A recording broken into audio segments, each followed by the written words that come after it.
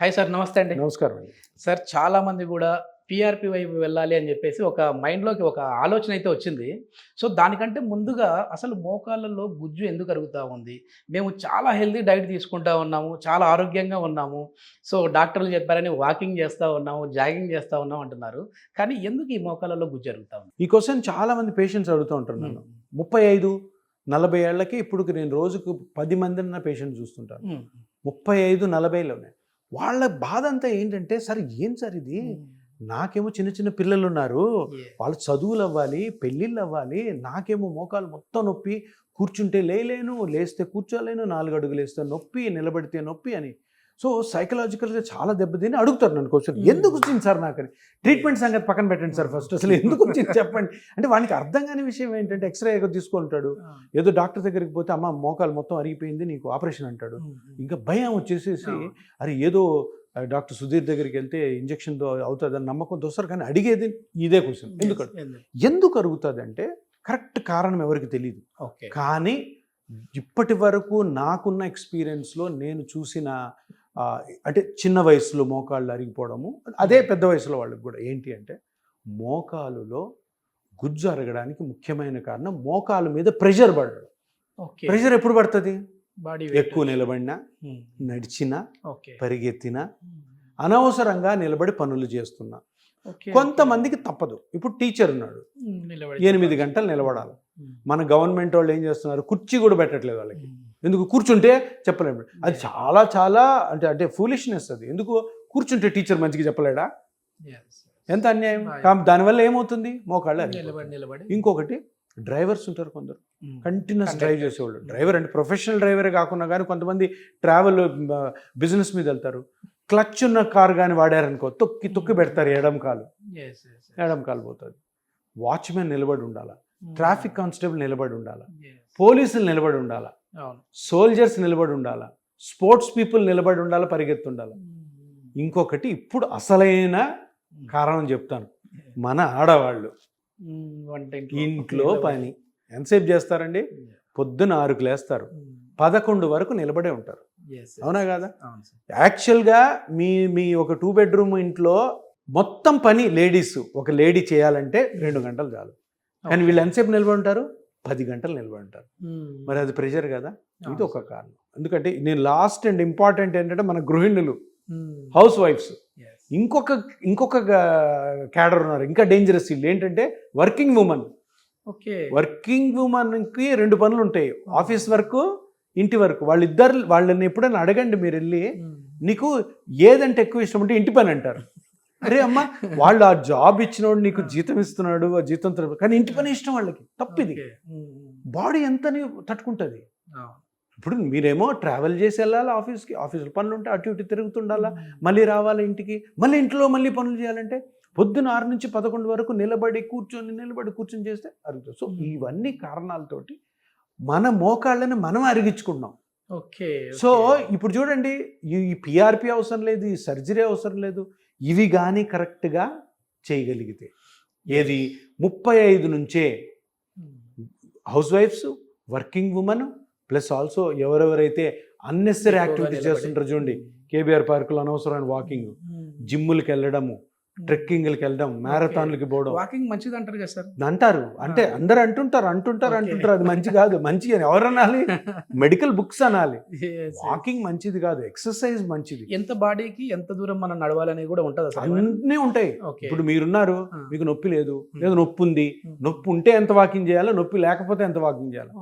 అదే అరిగిపోయిన దాన్ని పట్టుకొని ఇంకా అరగొట్టుకుంటా ఉంటే ఎవరేం చేయాలి? అందరూ ఏమనుకుంటారు, మోకాళ్ళ నొప్పి వస్తే వాకింగ్ చేస్తే మంచిగా అవుతుంది అని ఎవడో అంటాడు పక్కింట్లో. నువ్వు ఎప్పుడు కూర్చోన్నా అమ్మ వాడు చెప్పాడు, నేను 2 రోజుల్లో ఇంకా ఎక్కువైపోతుంది నొప్పి.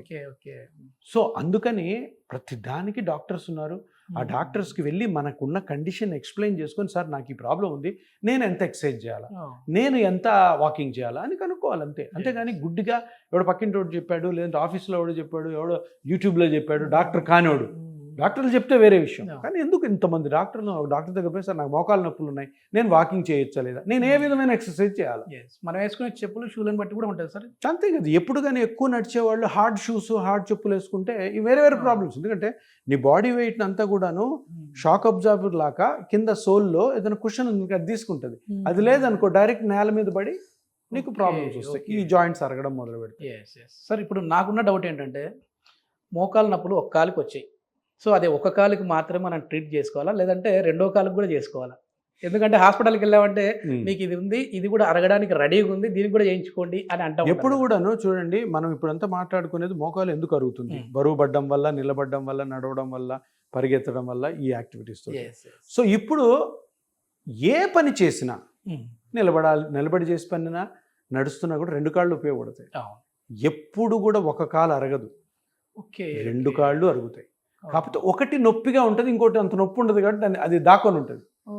ఎప్పుడు కూడా ట్రీట్మెంట్ చేసుకోవాలంటే ఆపరేషన్ గురించి మాట్లాడలే, పిఆర్పి గురించి మాట్లాడుతున్న చేసుకోవాలనుకుంటే రెండిటికి స్కానింగ్ చేసుకొని రెండిట్లో గుజ్జు ఎంత అరిగిపోయిందో చూసుకొని రెండిట్లో డ్యామేజ్ ఎంత చూసుకొని రెండిటికి చేసుకోవడం బెటర్.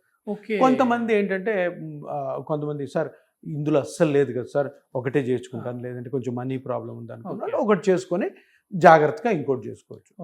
కానీ బరువు దాని మీద కూడా పడుతుంది కాబట్టి ఇప్పుడు ఈ రెండిట్లో దీనిలో నొప్పి ఎక్కువ ఉంది, దీన్ని చేసాము, ఇందులో నొప్పి ఉంది, నడక ఇట్లా వద్దు నీకు మళ్ళీ.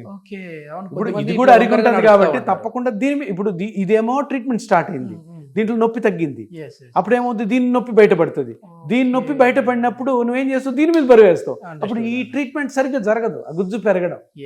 సో అందుకని రెండు మోకాళ్ళు ఒకేసారి స్టార్ట్ చేసుకుంటే బెస్ట్. ఎందుకంటే మన నడక నిలబడడం అన్ని కూడా మనం రెండు కాళ్ళ మీద చేయాలి కదా, ఒక కాలు చేయకూడదు. నిజంగా చాలా మంచి సమాధానం సార్. ఎందుకంటే నేను కూడా అదే అనుకుంటా ఉన్నాను, ఏందబ్బా ఒకదానికైతే ఒకదానికే చేయాలి కదా, ఎందుకు రెండో దానికి అనుకున్నా, కానీ మళ్ళీ దీనిపైన బరువు పడుతుంది. ఇప్పుడు ఇంకోటి చాలా ఇంపార్టెంట్ విషయం ఏంటంటే ఒక కాలు ఆపరేషన్ చేసుకొని ఉంటారు, ఇంకొక ఫస్ట్ కాలు ఆపరేషన్ చేసుకొని ఏదో ఒక రీజన్ వల్ల వాళ్ళకి ఇష్టం ఉండదు. ఎందుకంటే 3 నెలలు నొప్పి ఉంటుంది, లేదంటే తర్వాత 3 నెలల తర్వాత కూడా నొప్పి ఉంటుంది. అరే బాబు ఎందుకురా బాబు ఈ ఆపరేషన్ చేసుకున్నానని ఫీల్ అయ్యేవాళ్ళు అంటే కాంప్లికేషన్ వచ్చి ఉంటుంది. అప్పుడు వాళ్ళు ఏ విధమైన భయం లేకుండా ఆ సెకండ్ నీకి పిఆర్పి హాయిగా చేసుకోవచ్చు. అప్పుడు మీకు తెలుస్తుంది అరే ఆపరేషన్ కంటే ఇదే బాగుంది నాకని. సరే ఇందాక నేను మీతో ఇంటర్వ్యూకి బిఫోర్ జస్ట్ ఒక్కసారి అట్లా ఆ పేషెంట్స్ని మాట్లాడదామని చెప్పేసి అట్లా వెళ్ళాను.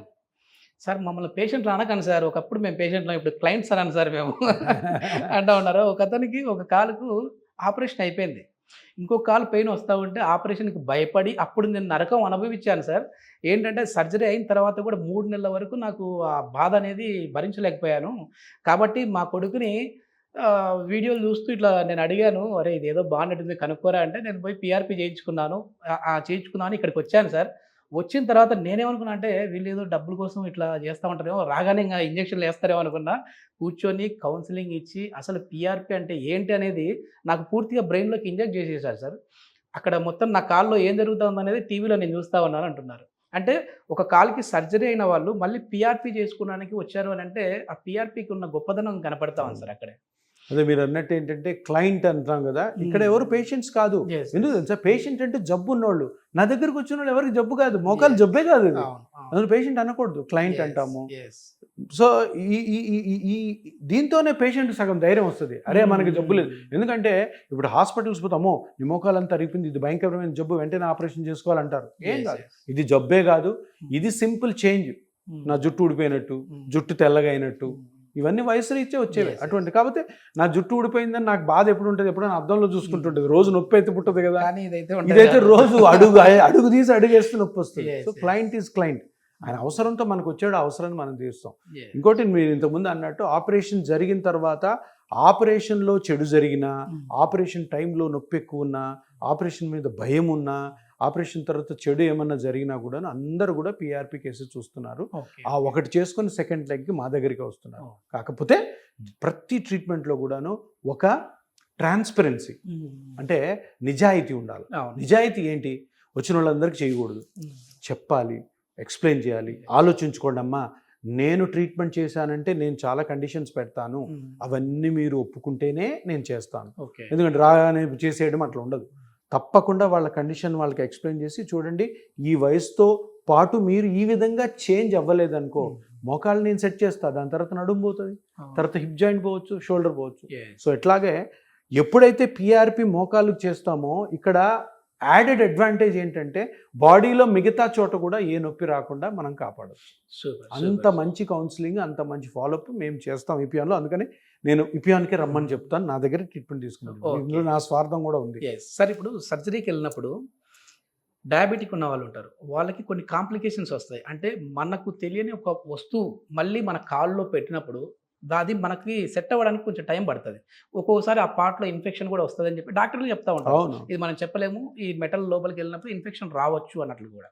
సో ఈ పిఆర్పి అందరికీ సూటబుల్ అంటే ఏమైనా డయాబెటిక్ ఉన్న వాళ్ళు, లేదంటే థైరాయిడ్, బీపీను, ఏ జబ్బు ఉన్నా కూడాను, బీపీ, షుగరు, కిడ్నీ, లివరు, కొన్ని క్యాన్సర్స్లో కూడా క్యాన్సర్స్ యాక్టివ్ లేకుండా తగ్గిపోయినా కానీ ఎటువంటి జబ్బు ఉన్నా కానీ పిఆర్పికి అడ్డంకి కాదు. ఓకే. ఎవరికి ఎందుకు బయట నుంచి ఒక కెమికల్ పోదు లోపలికి, బయట నుంచి ఒక ఇంప్లాంట్ పోదు, బయట నుంచి మెటల్ పోదు. ఏం పోతుంది? నీ బ్లడ్లోని సెల్స్ పోతాయి. ఏమవుతుంది? ఏమి కాదు. కానీ కొన్ని కండిషన్స్ ఉన్నాయి. మీ బ్లడ్లోని సెల్స్ వేస్తున్నాయి కదా, బ్లడ్లో సెల్స్లో ఏదైనా ప్రాబ్లం ఉందనుకో, అది మీకు తెలిసిపోతుంది. కన్ను మనం టెస్ట్లు చేస్తాం కదా, టెస్ట్ చేసిన తర్వాత అవి అంటే బ్లడ్లో డిసీజ్ ఉంటే కొన్ని డిసీజెస్లో చేయకూడదు, అటువంటి వాటి చేయ. అదర్వైజ్ ఎటువంటి జబ్బున్నా కూడాను హ్యాపీగా పిఆర్పి చేసుకోవచ్చు బాడీలో ఏ పార్టీకైనా. ఓకే. ఆ ప్రాంతంలో మళ్ళీ సెల్స్ అనేవి రీగ్రోత్ అవుతాయా సార్? రీగ్రోత్ అవుతాయి కాబట్టి ఇది ట్రీట్మెంట్. ఓకే. ఇప్పుడు దాంట్లో ప్లేట్లెట్స్, ఇప్పుడు ప్లేట్లెట్ రిచ్ ప్లాస్మాలో ప్లేట్లెట్స్ ఉంటాయి. ప్లేట్లెట్స్ మీద ఏముంటాయి? గ్రోత్ ఫ్యాక్టర్స్ ఉంటాయి. ఆ పేరు ఉంది గ్రోత్ ఫ్యాక్టర్స్. ఎందుకు పెట్టారు గ్రోత్ ఫ్యాక్టర్స్ అని? మనం ఏ టిష్యూ మీద వేస్తే అది గ్రో చేస్తుంది. కార్టిలేజ్ జరిపితే కార్టిలేజ్, టెండాన్ మీద వేస్తే టెండాన్, లిగమెంట్ మీద వేస్తే లిగమెంట్. సరే, ఇందాక మీరు మాట్లాడుతూ ఒక మాట అన్నారు, సో మీ బ్లడ్ మీకే ఎక్కిస్తున్నాం అన్నారు. ఒకవేళ ఏదైనా వాళ్ళ బ్లడ్లో ఫాల్ట్ ఉంటే ఏమైనా వేరే వాళ్ళ ప్లాస్మా వీళ్ళకి తీసుకోవచ్చా అండి? ప్లేట్లెట్ రిచ్ ప్లాస్మాని ఇప్పటి వరకు ఆ టెక్నాలజీ రాలేదు. ఓకే. ఆటోలాగస్ వచ్చింది. ఆటోలాగస్ అంటే ఏంటంటే ఏ పేషెంట్ ఏ క్లయింట్లో బ్లడ్ ఆ క్లయింట్కి అంతే. ఇప్పుడు లేవు అంటే మీరు అన్నట్టు అర్థం. కానీ పాయింట్ ఏంటంటే మనం తీసుకునేది 20 ml బ్లడ్, చాలా తక్కువ బ్లడ్. అలా అని చెప్పేసి మనకు బ్లడ్లో ఏదో డిసీజెస్ ఉన్నప్పుడు వేరే వాళ్ళ బ్లడ్ అట్లా లేదు, ఆ సైన్స్ రాలేదు ఇంకా. సో ఇదేం పెద్ద ప్రాబ్లం లేదు. మనం పేషెంట్లో 20 ml బ్లడ్ అనేది పెద్ద ఇష్యూ కాదు. చిన్న బ్లడ్ ఆ ప్రాసెస్ చేస్తే సెల్స్ వేయడం. థ్యాంక్ యూ సార్, చాలా మంచి. నమస్కారం.